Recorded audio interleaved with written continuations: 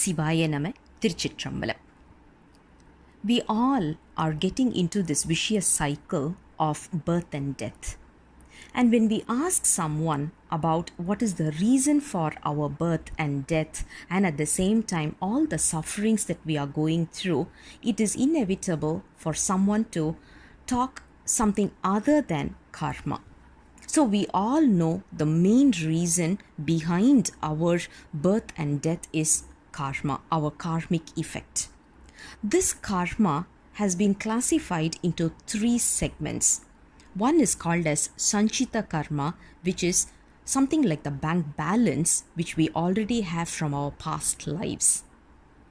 Another one is prarabdha karma, which is basically the one that we are having right now and we are going through right now. The one that we are going through, or rather enjoying the good and bad effects of it. And the third category is called as agamya karma, which is basically talking about something new that is yet to be created. Now, why is this new karma being created? It is because of the way how we are going through this karma in this birth.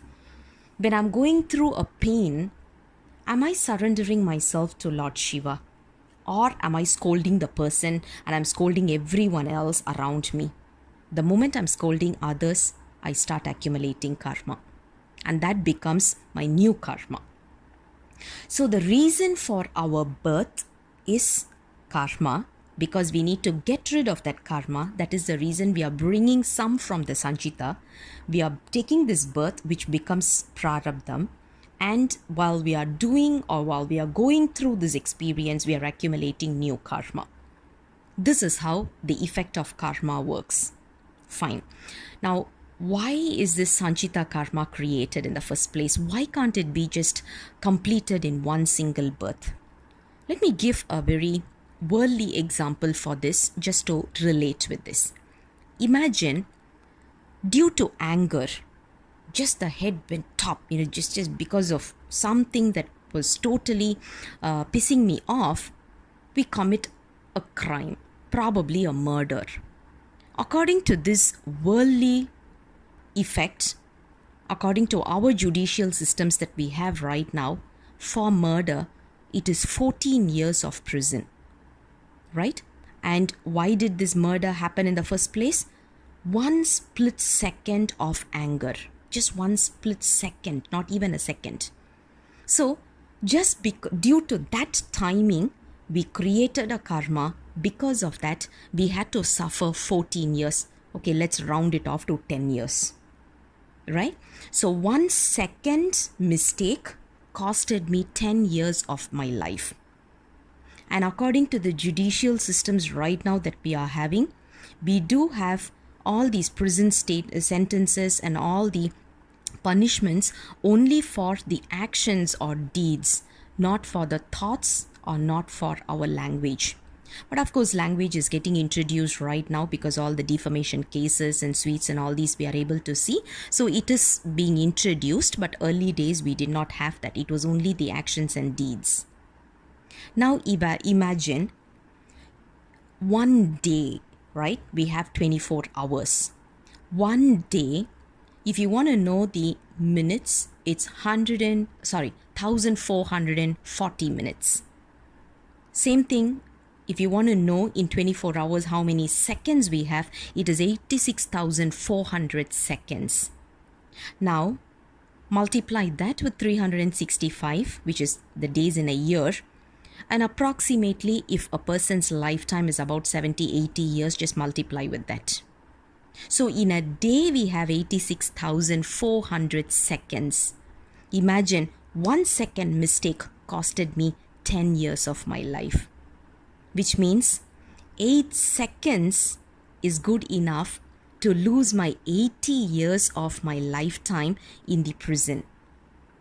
Right? This is something which is very hypothetical because we are talking about only the deed. What about the karma that we are accumulating due to our mind, or rather our thoughts, or even with our words? Where to go and talk about those? We don't have. And the 10 years, we are just having it as an approximation because we don't know what is the real punishment according to Lord Shiva, because all these are the judicial systems that we are able to see right now, witness right now, but we don't know what is beyond that. But we are comparing with it just to have a visualization, right? So we can imagine just 8 seconds of mistake already costed 80 years of my life, which means the remaining seconds that I'm accumulating my karma obviously has to be stored somewhere so that I can realize the benefit in my future births. This is how Sanchita karma is created. Right. Now, how to get rid of this? There is no direct way to get rid of karma because this is something that we have already saved.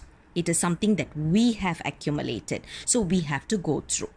If, according to our karma, we have to walk in a hot sun, probably by doing some, effect and all these, probably Lord Shiva will give us a beautiful sandals so that we don't get the heat. But we have to obviously walk in the sun, but just that we won't be affected by that. Now, what is the action that we have to do for this? Read thirupathigams. If you look at the Tirumurai, which is from the 7th Tirumurai, there is one pathigam which is written to the place, holy place called as Thiruthurutiyum Thiru Velvikudiyum. When you read that pathigam, Nambi Arurar clearly states all our Sanchita karma will be eradicated. It will all be just shot down. It will be burnt down in such a way that we won't accumulate any new karmic effect. Now again, our logical mind will have a question. How will this be possible? By reading a pathigam, how is it going to be possible that I don't accumulate new karma? Very simple. Imagine when we are reading a pathigam, it takes about 3 to 4 minutes. And during that 3 to 4 minutes, what is your mouth doing? Just chanting the Tirumurai. So it doesn't talk any unwanted things. How about your mind? It is only going through the pathigam and the meanings in the pathigam. So obviously our mind doesn't wander away and we are not going to get or accumulate more karma due to our mind. And how about our body? We are sitting still, looking at the book and reading it. So obviously the way how we accumulate karma is these 3. The source is these 3. Words, thoughts, deeds. And these 3 are now focused in thirupathigams. So when we are reading our thirupathigams, we don't accumulate new karma. And because of the effect of reading this, our old karma is also going to be nullified. Not all, obviously, but slowly it will be nullified one at a time. So read thirupathigams, read all the Tirumurai and get ourselves out of this karmic effect. Sivaya Nama, Tiruchitrambalam.